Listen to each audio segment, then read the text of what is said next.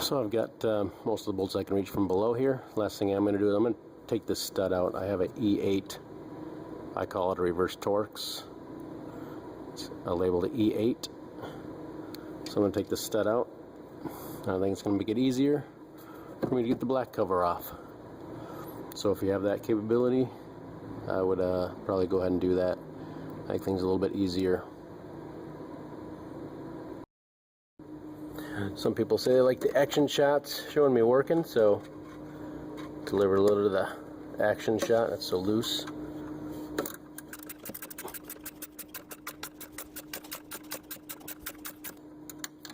That's about enough of that. That's me taking out these 10mm bolts, and just like I talked about doing. So lefty loosey, righty tighty. That's pretty much the way it always is. Most every bolt that I know about, except for some trying to take fans off of vehicles. Anyway, that's another subject. So let's work on getting that off, and also up here then as well. Okay, a couple things on this. We do have one more bolt that we will have to drop the engine down. You will need to support the engine and take that lower bracket off onto the engine we've shown earlier to get one bolt that's behind the tensioner. We got to remove it. And then the 3 bolts for the power steering pump. 3 reverse Torx bits, so we get them 12. This is the part number E12, I believe is what it is. And that'll get the 3 bolts out. You can actually see one there and one there. There's probably one more down below. So we'll get those 3 bolts out through the holes.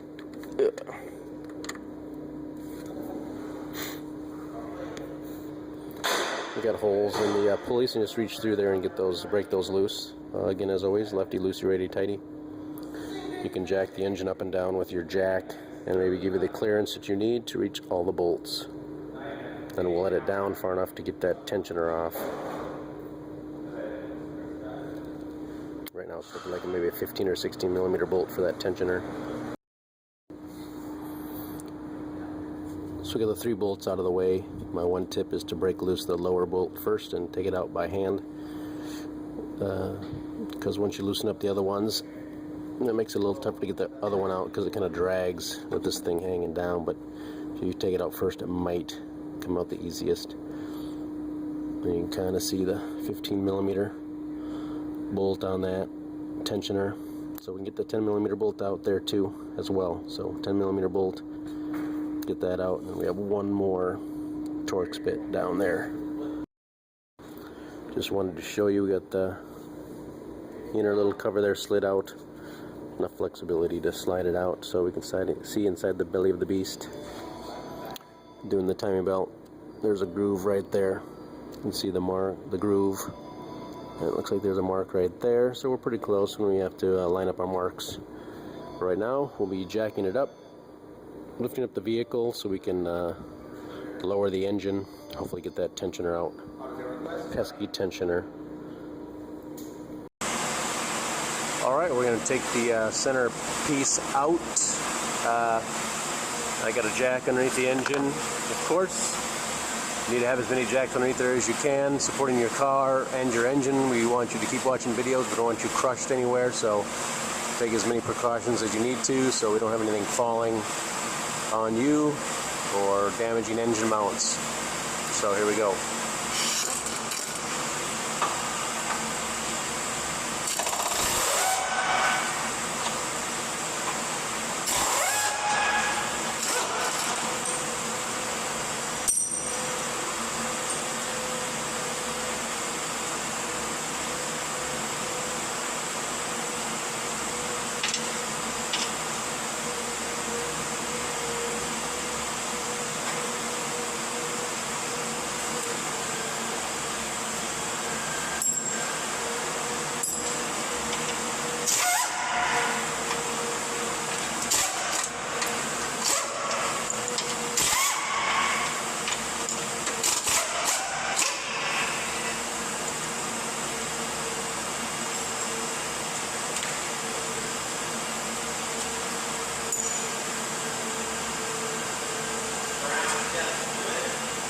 Alright, we got it loose, so we're going to slowly turn this engine down.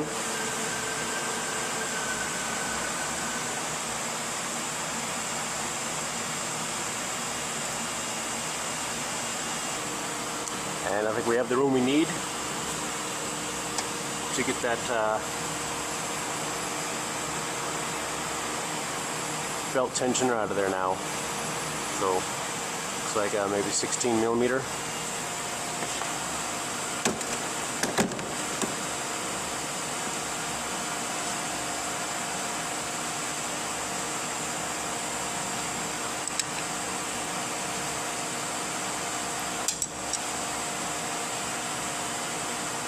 And it is a 16 millimeter, so we can turn that bolt and get it out and get that tensioner out of there and get that last 10 millimeter bolt. Actually, it's a Torx bit like the other one.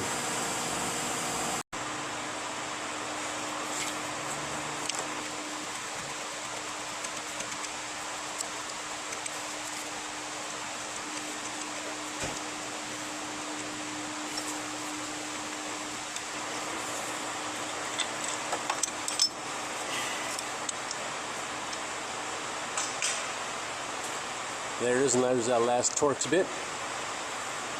Bolt. It's a T30, I believe. T30.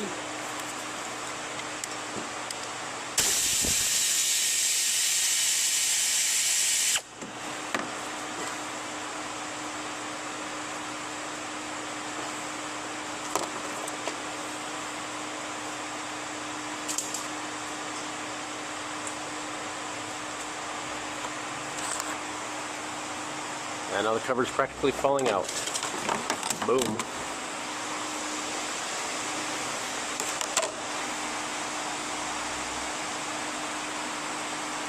The covers are out.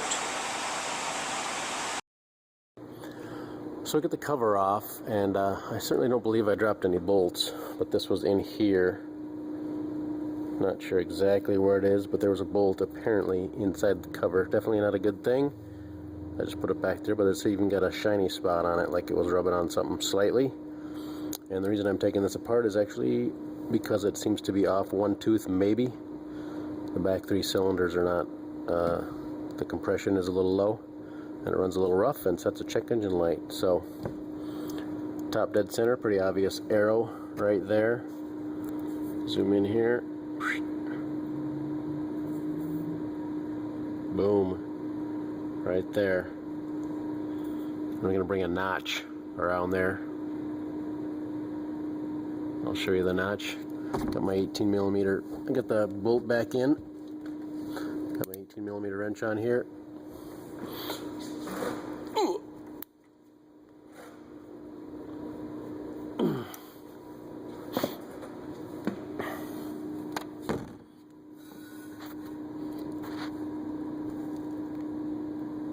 You can see the notch on the back of the crankshaft. It's almost lined up with the top dead center mark on the vehicle. I'm going to go a little farther.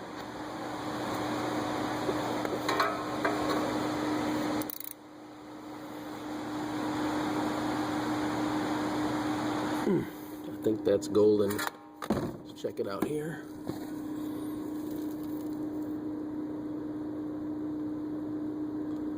So there we go. Top dead center is lined up. And we'll go above and check our cam marks, and we're going to actually hope that the rear cam mark is off a tooth, because that's why we're here. Otherwise, for you doing your timing belt, although we're going to do this anyway, you can make sure your timing marks are all lined up. Then right here is your hydraulic tensioner. You need to unbolt it. Looks like 2 13 millimeter bolts. Take that out, and then you can take your belt off.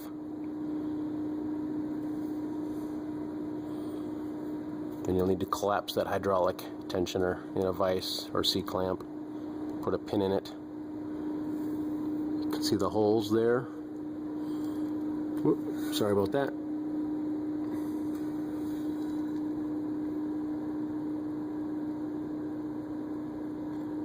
Should be a link to a video showing you how to do that if you need to do that.